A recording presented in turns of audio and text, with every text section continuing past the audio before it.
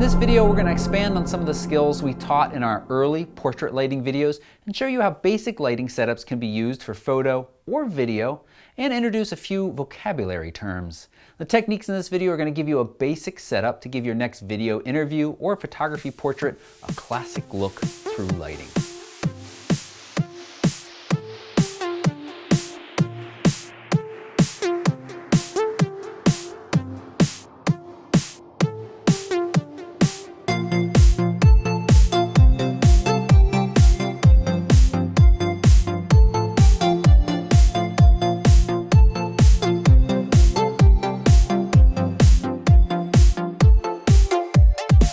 We're going to show the basic setup of three-point lighting for video, film, or photography. This is a really simple setup, working with just 3 light sources to evenly balance light on your subject for proper exposure and achieving that classic look. For this setup, you're going to need a key light. The key light defines the most visible light and shadow on your subject and acts as the primary source of illumination. You can use just about any light source as your key light, whether it's the sun, window, lamp, or a video or photography light.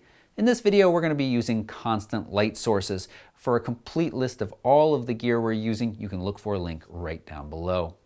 The second light you need is the fill light. The fill light kind of softens and extends the illumination provided by the key light, making the subject more visible and softening the harsh contrast and dark shadows cast by the key light. Your fill light can simulate natural light from the sky or a secondary light source such as a table lamp. A lamp or video light can also be used, or a reflector will do the job as well. Finally, you need your rim light. The rim light creates a bright line around the edge of the subject to help visually separate them from the background and bring them further into the foreground. This too could be a carefully positioned reflector or an additional light source. Let's get started. So in the first step, you're going to want to set up or turn on a work light. In this case, we're going to use our key light. This is going to help us establish the subject and frame.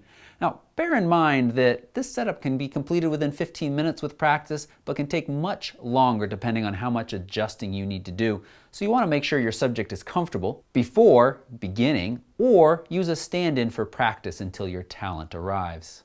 Once you've got your subject and frame established, you'll want to block off other light in the room to avoid ambient light changing the look or temperature of your shot. Now we'll set up our key light. You want to position your key light 15 to 45 degrees to the right or left of your camera to illuminate your subject. This is going to create a strong contrast between the light on the near side of your subject and the dark shadows on the far side of your subject away from the key light. You're going to want to elevate it to about a foot or 2 above the height of your subject until you just begin to see a Rembrandt lighting pattern. If you don't remember what that looks like, we've got a separate video that's linked here and down below that talks more about that. Your key light should be your brightest and strongest lighting source, and the additional lights are going to work to soften and shape the base light from the key source. Next, we'll add in the fill light. This is the point where you begin to shape the light on your subject. The position of the fill light will be 15 to 45 degrees to the side of your camera, opposite the placement of your key light. So if we place the key light to the right side of the camera, our fill light's going to come from the left side.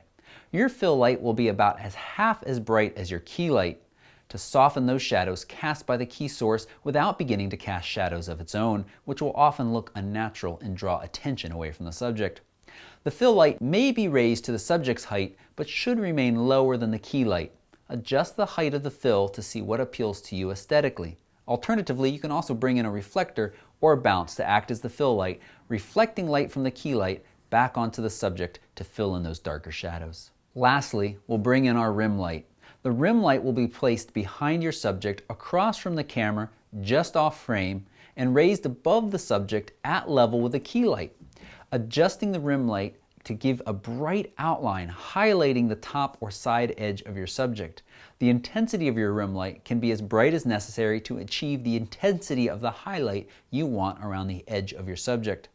The positioning of your rim light and the focus of the light behind your subject is key to ensure the light falls only on the subject and does not illuminate the background. You want to keep your background darker, so the rim light around the edge of your subject pulls the subject forward and away from that background. And that's it. 3-point lighting can be a great starting point for lighting just about any subject, person or otherwise. With this basic setup, you can adjust the height, positioning, and intensity along with the source of the lights to create your own look and feel for any setup. For a darker, moody look, pull back the intensity of the fill to give the shadows a darker contrast. For a mysterious look, focus on backlighting your subject and lower the intensity of your key and fill lights. There are many options for you to customize the look and feel of each setup you want, but don't feel like you have to have professional lights at your disposal to accomplish the looks you want. This setup can be implemented with basic table lamps or even outdoors using sun and a reflector. If you found this video helpful, give it a thumbs up and don't forget to subscribe for more tutorials and reviews. You can also check out our other portrait lighting tutorials linked here and in the video description below, and you can also follow me on Instagram for more behind the scenes. Thank you for watching.